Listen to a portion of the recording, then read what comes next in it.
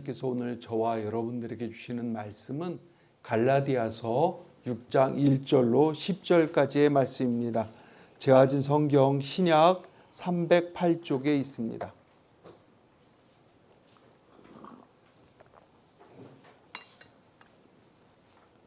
한 절씩 교독하실 때 제가 먼저 봉독하겠습니다. 형제들아, 사람이 만일 무슨 범죄한 일이 드러나거든 신령한 너희는 온유한 심령으로 그러한 자를 바로잡고 또 자신을 살펴보아 너도 시험을 받을까 두려워하라.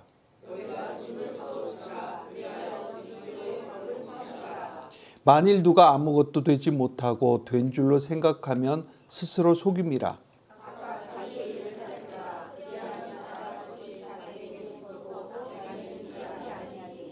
각각 자기의 짐을 질 것이라.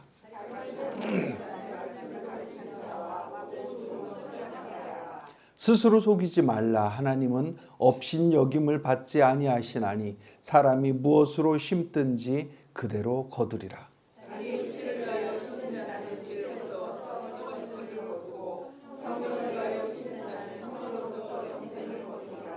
우리가 선을 행하되 낙심하지 말지니 포기하지 아니하면 때가 이름에 거두리라.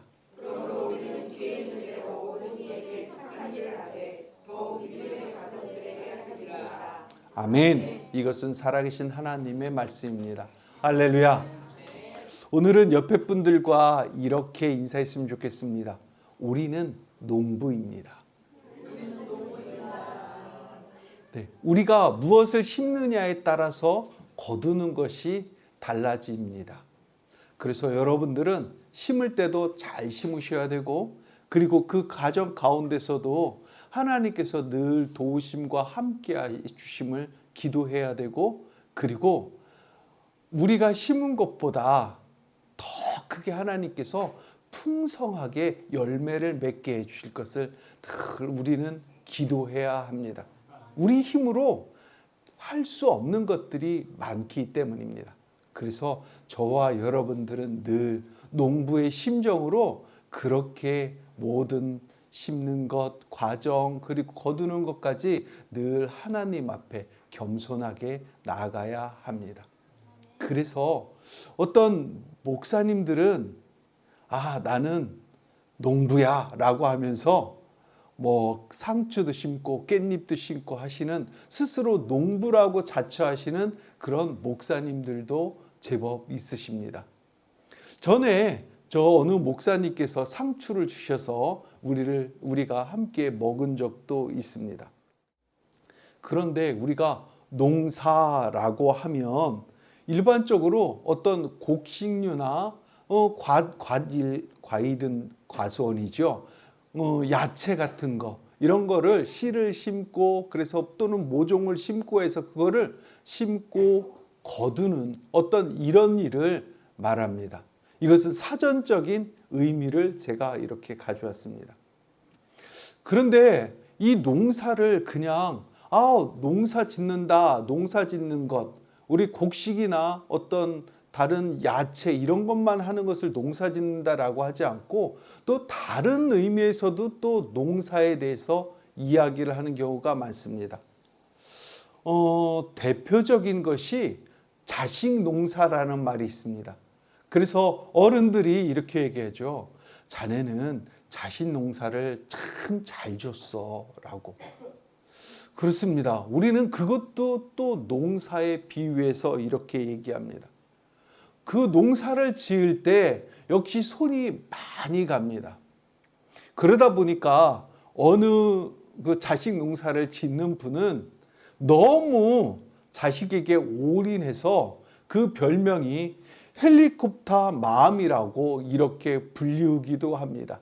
그러니까 모든 자녀의 학원 스케줄서부터 어느 대학에 갈지 모든 것을 그 자녀 주위로 계속 맴돌면서 모든 것을 다 해주는 그런 부모를 헬리콥터 맘이다라고 이렇게 하죠.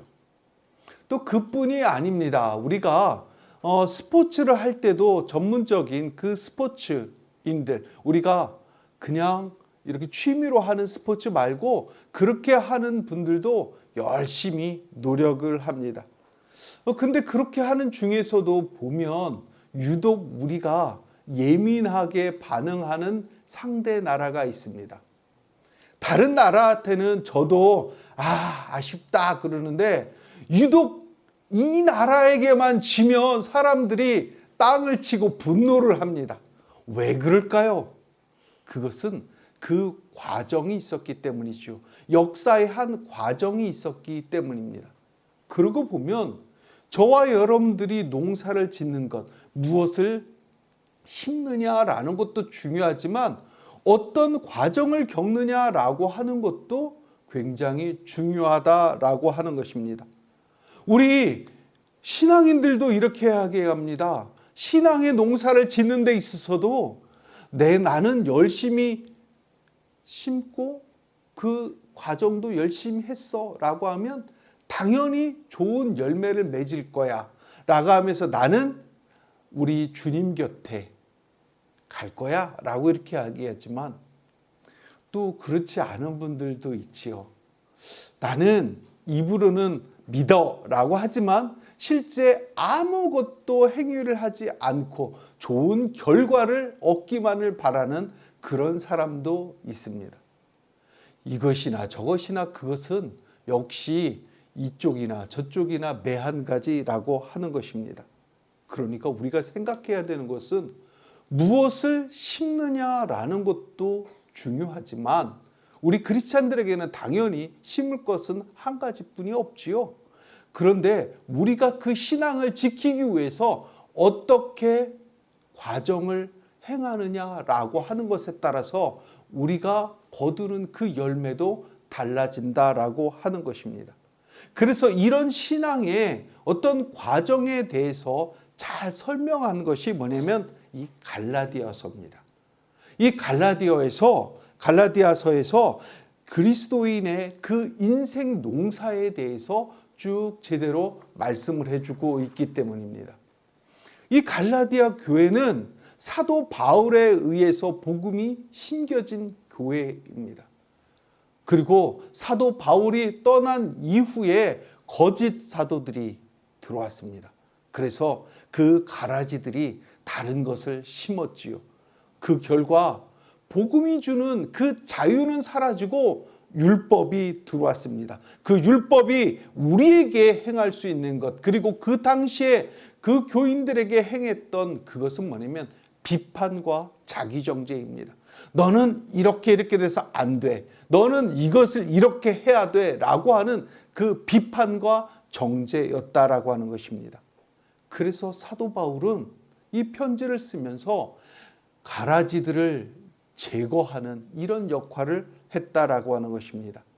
그래서 이 갈라디아에서 주는 이 내용은 그리스도인의 그 인생 농사 가운데서 자유의 문제, 율법에서의 그 자유의 문제를 다루고 있다라고 하는 것입니다.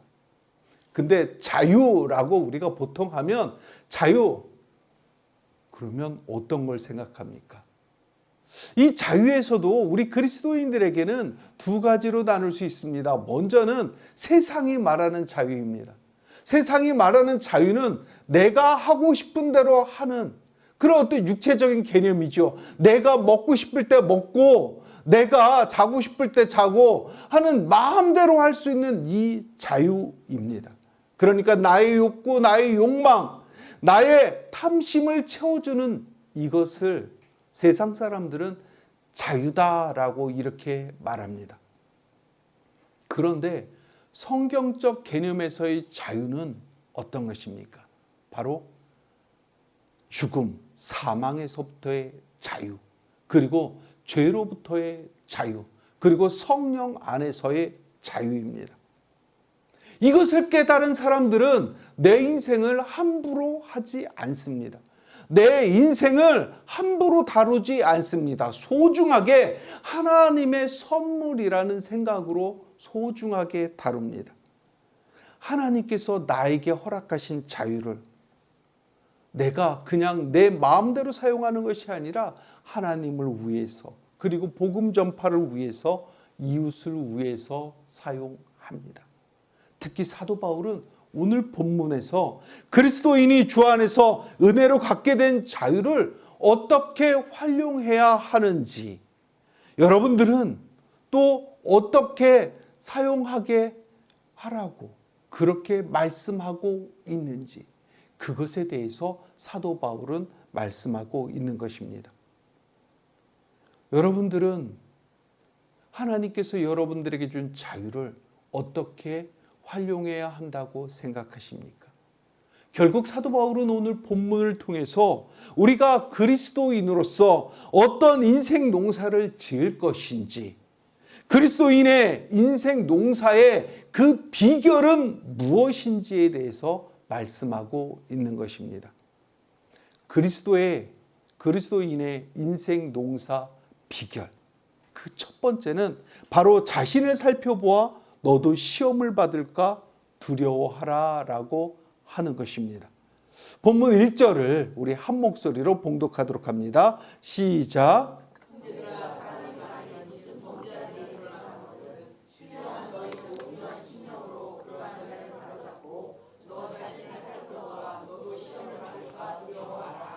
아멘. 너 자신을 살펴보아 너도 시험을 받을까 두려워하라 라고 이렇게 말씀하지요. 요즘에 청문회를 많이 하고 있습니다. 청문회는 우리 사회에서 좀 없어졌으면 하는 이런 바람이 있는 대목이죠. 이 얘기는 누가 잘못해서 그 잘못을 막 이렇게 하는 그런 사회가 아니라 누구나 좋은 사회, 누구나 칭찬하는 어떤 이런 일만 있었으면 좋겠습니다. 이런 대목에서는 우리 아멘을 하셔야지 되는 거예요.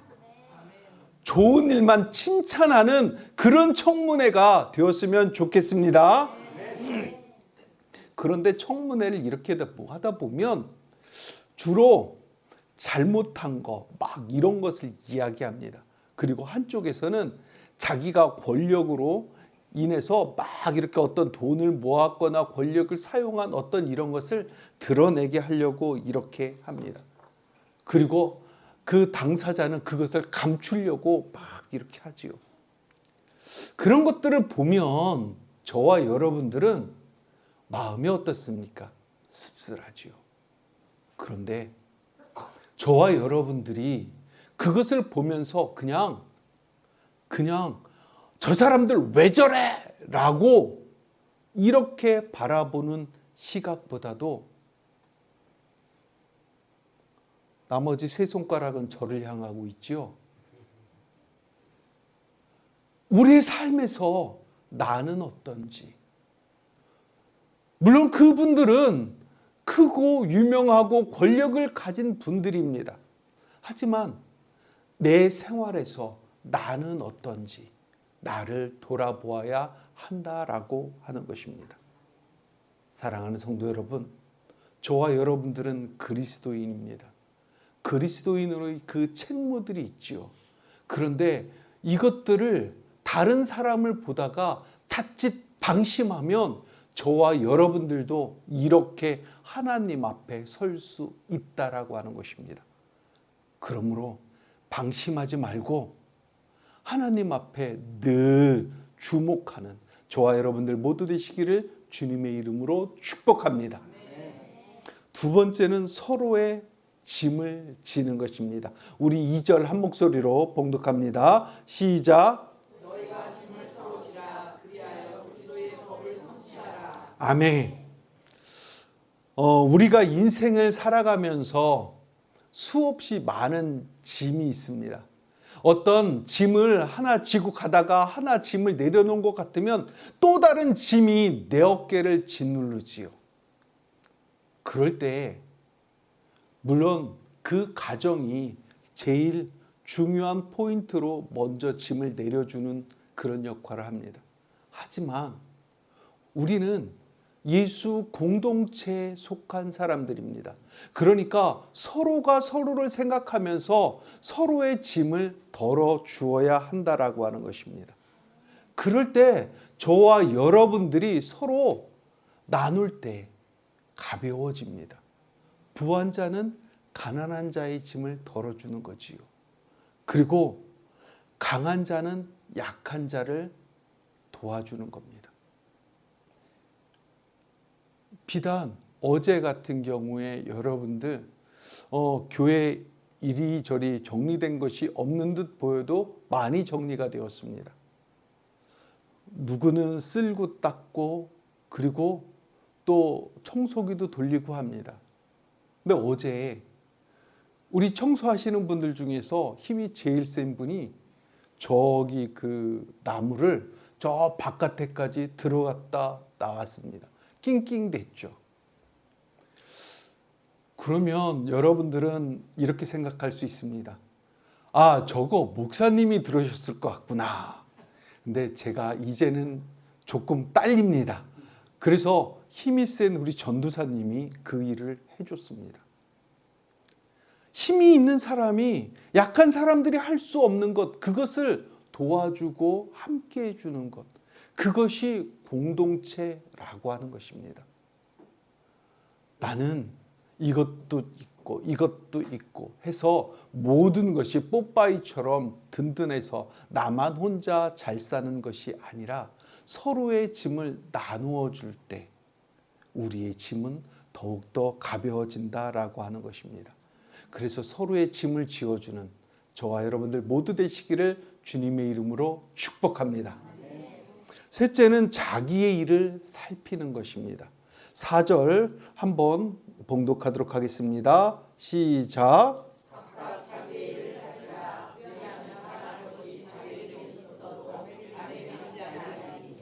아멘. 이 말씀은 무슨 얘기냐면 자기 혼자만이 잘하는 것이 있습니다. 자기의 특징이 있죠. 나는 이거 잘해 라고 하면 나 혼자 즐기라고 하는 것입니다. 여기에서 말씀하고 있는 것은 다른 사람과 비교하지 말라고 하는 것입니다. 가령 이런 거지요. 제가 이태영 집사님과 함께 탁구를 이렇게 칩니다. 그런데 나는 탁구를 잘 쳐. 그런데 이태영 집사님은 못 쳐. 무슨 말씀인지 이해 가십니까? 그러니까 나는 잘하는데 누구는 못해. 이렇게 비교하지 말라고 하는 말씀입니다. 나는 그냥 잘해. 라고 하는 그 자긍심을 갖고 있으라고 하는 것이죠. 나는 노래를 잘해. 그런데 전도사님은 노래를 못해. 물론 실제는 아니지요. 하지만 이렇게 하지 말라는 것입니다. 내가 잘해. 나는 가치 있어. 라고 느끼는 나에 대한 그 자존감, 자긍심은 있으되 다른 사람과 비교하지 말라는 것입니다. 다른 사람과 비교해서 나아갈 때 그것은 자긍심이 아니라 자만심이 된다라고 하는 것입니다. 그래서 자기 자신을 과대평가하고 남을 깔보는 마음이 바로 자만심이지요. 그러니까 나는 잘해, 너는 못해 라고 하는 이 비교가 들어갈 때 우리는 바로 이 말씀에 빗대어서 아니라고 말씀드리고 있는 것입니다. 우리가 자긍심, 자존감은 가져야 합니다. 가령 이런 거지요. 여러분들은 하나님의 자녀입니다. 왜 아멘을 안 하시죠? 아닌가요? 중요한 이야기입니다. 여러분들은 하나님의 자녀이십니다. 그렇습니다. 이게 우리가 가질 수 있는 최고의 자긍심이죠. 우리는 하나님의 자녀. 그런데 이 자긍심이 없으면 저와 여러분들은 세상 사람들과 같이 똑같아지죠. 하지만 가령 나는 하나님의 자녀야. 너는 사탄의 자녀야. 이렇게 얘기하면 안 된다는 얘기죠. 우리는 자긍심을 가져야 합니다. 하지만 다른 사람들과 비교하지는 말라라고 하는 것입니다. 우리 안에 내 자존감, 자긍심이 뿜뿜 되어서 하나님 앞에 더욱더 열심히 섬기며 나아가는 저와 여러분들 모두 되시기를 주님의 이름으로 축복합니다. 넷째는 스스로 속이지 말라라고 하는 것입니다. 우리 7절 한 목소리로 봉독합니다. 시작.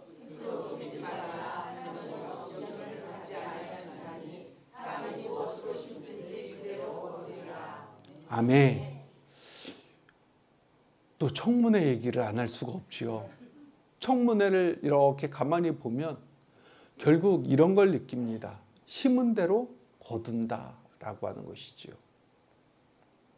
사랑하는 성도 여러분, 우리가 무엇을 심고 어떻게 가꾸느냐, 그것은 지금보다도 하나님 앞에 심판대에 갔을 때 청문회는 저리 가라일 것입니다. 청문회요? 그것은 숨길 수가 있잖아요. 제가 여러분들께 수요 기도회에 한번 말씀드린 적이 있을 것입니다. 기도를 하고 있는데 내가 이렇게 기도했습니다. 하나님, 제가요 세상에서 이것저것 뭐하고 해서 잘못은 다 있지만 하나님을 부정하지는 않았죠. 그러면서 당당하게 이렇게 하나님 앞에는 말씀을 드렸습니다. 그랬더니 하나님께서 쫙 파노라마처럼 하나님 앞에 여러분들 영화를 이렇게 보면 필름 있죠. 필름이 쫙 지나가는 것처럼 하나님께 대해서 모욕적이고 잘못한 그 나를 쫙 필름처럼 영상으로 보여주시는 겁니다. 제가 그 필름, 나도 기억을 못했던 그 필름들을 보고 주님 잘못했습니다 그러면서 통곡했습니다. 하나님께서는요 우리 인생에서 잘못한 거 모르시는 것 같죠? 저는 그것을 보고서 하나님 앞에 숨길 게 없구나. 하나님께서는 모조리 내 인생에서 세미한 것까지 다 아시는 분이구나 라고 이렇게 말했습니다. 이 필름 얘기를 하다 보니까 저만 이런 것을 받은 줄 알았어요. 그랬더니 저 창기리교회 목사님도 이 필름 이야기를 같이 하더라고요. 저는 한 번 이렇게 받았습니다. 한 번 환상으로 쫙 지나가면서 제가 잘못된 것을 보면서 통곡하면서 울었는데 그 목사님은 두 번 그런 일을 겪으셨다라고 하더라고요. 그래서 역시 대단하십니다. 그리고서 제가 졌습니다. 이렇게 얘기한 적이 있습니다. 어쨌든 제가 말씀드리고자 하는 것은 이 세상에서는 숨길 수 있지만 하나님 앞에서는 숨길 것이 단 1도 없다라고 하는 것입니다. 그러므로 하나님 앞에 정직하게 성실하게 살아가는 저와 여러분들 모두 되시기를 주님의 이름으로 축복합니다. 다섯째는 성령을 위해 심으라는 것입니다. 본문 8절을 한 목소리로 봉독합니다. 시작.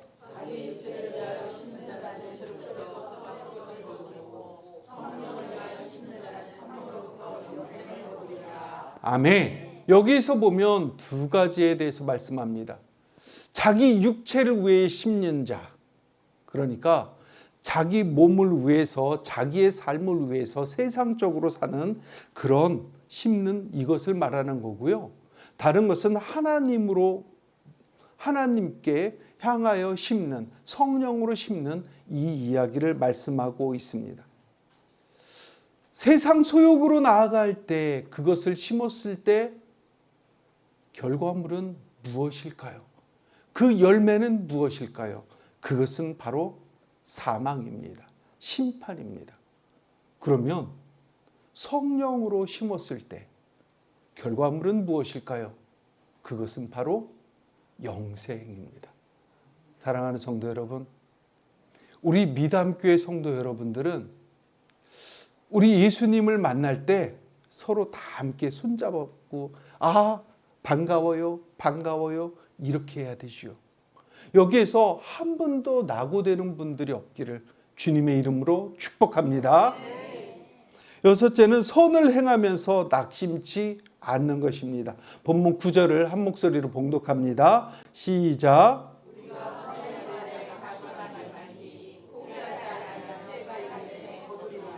아멘. 선을 행하되 낙심하지 말지니 라고 이렇게 말씀하죠. 우리가 선을 행하다 보면 시험을 당하는 때가 종종 많습니다. 나는 이것을 올바른 대로 행하는데 오히려 얍삽한, 세상 말로 얍삽하게 막 이렇게 하는 사람이 잘 되는 것 같을 때, 내 안에 힘들지요. 낙심하지요. 하나님 전하는데 시련이 옵니다. 아니 왜 이러나, 나는 하나님 말씀을 전하려고 하는데, 전도하는데 왜 이런 시련이 나에게 있지? 라고 하면서 낙심할 때가 종종 있습니다. 맞습니까? 아니 아멘을 안 하시는 분들은 전도해 본 적이 없는 거죠. 사랑하는 성도 여러분, 낙심할 때도 있어야 합니다. 하지만 궁극적으로 하나님께 심판대에 설 때 저와 여러분들은 잘했다 칭찬받으실 겁니다. 지금은 우리가 하나님의 그 선을 행하면서 저 사람보다 뒤처지는 것 같지만, 왜 정도의 길을 가려고 하니까 뒤처지는 것 같지만 하나님의 심판대에 섰을 때 그때 달라진다라고 하는 것입니다. 할렐루야. 7번째는 믿음의 가정에 착한 일을 하는 것입니다. 우리 10절을 한 목소리로 봉독합니다. 시작.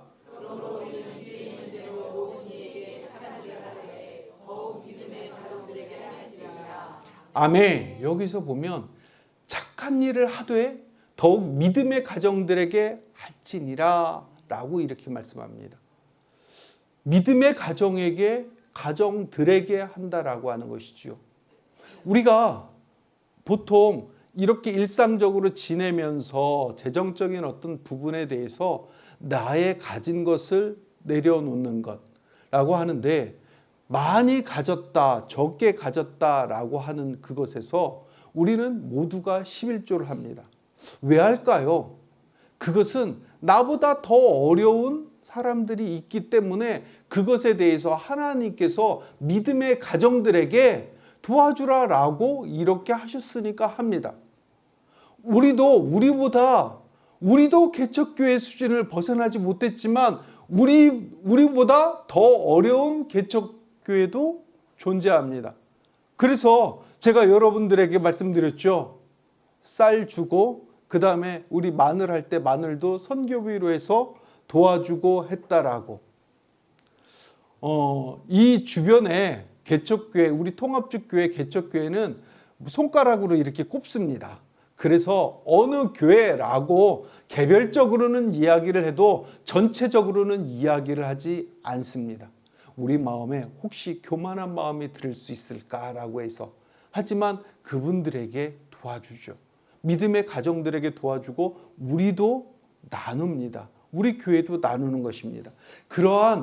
이런 하나님의 방법이 이렇게 내 인생에서 펼쳐질 때 우리의 인생 농사는 아마 풍작의 그 열매를 거둘 것입니다. 여러분들은 무엇을 심고 계시고 어떻게 가꾸고 계십니까? 말씀을 마무리합니다. 오늘은 맥주 감사절입니다. 맥주 감사절이라 하는 것은 풍작이지요.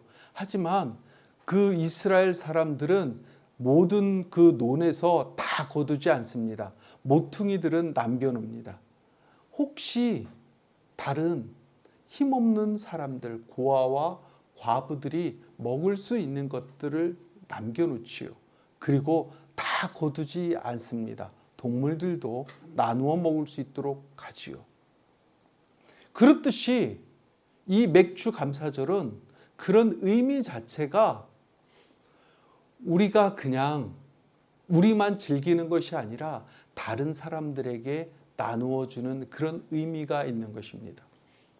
이 맥주절에 여러분들에게 실제적으로 한 가지 제안을 드립니다. 서로 공개하지는 마시고요. 이 맥주절에 꼭 어느 분에게, 이 사람에게는 내가 한 가지 선물을 해주고 싶다라고 하는 그 마음에 드는 사람에게 선물을 해주는, 무엇인가를 섬겨주는 이런 맥주 주일이 되시기를 주님의 이름으로 축복합니다. 그래서 다음 주에는 새로운 모습들이 되기를. 할렐루야. 그런 저와 여러분들 모두 되시기를 주님의 이름으로 축복합니다. 기도하겠습니다. 사랑과 은혜 하나님, 우리에게 맥주 감사절을 허락하시니 감사합니다. 밀과 보리를 추수하고 이웃과 나누어 먹던 그 시절의 추억을 떠올리며 오늘 우리의 삶의 자리에서 추수하는 다양한 모양의 밀과 보리를 나누고자 합니다. 무엇보다도 맥주 감사절을 맞이하면서 예수님처럼 우리의 시간, 마음, 물질, 삶을 나눔으로써 단 한 명의 영혼에게라도 진정한 자유를 선물하는 그리스도인으로 살아가게 하옵소서. 예수님의 이름으로 기원하옵나이다. 아멘.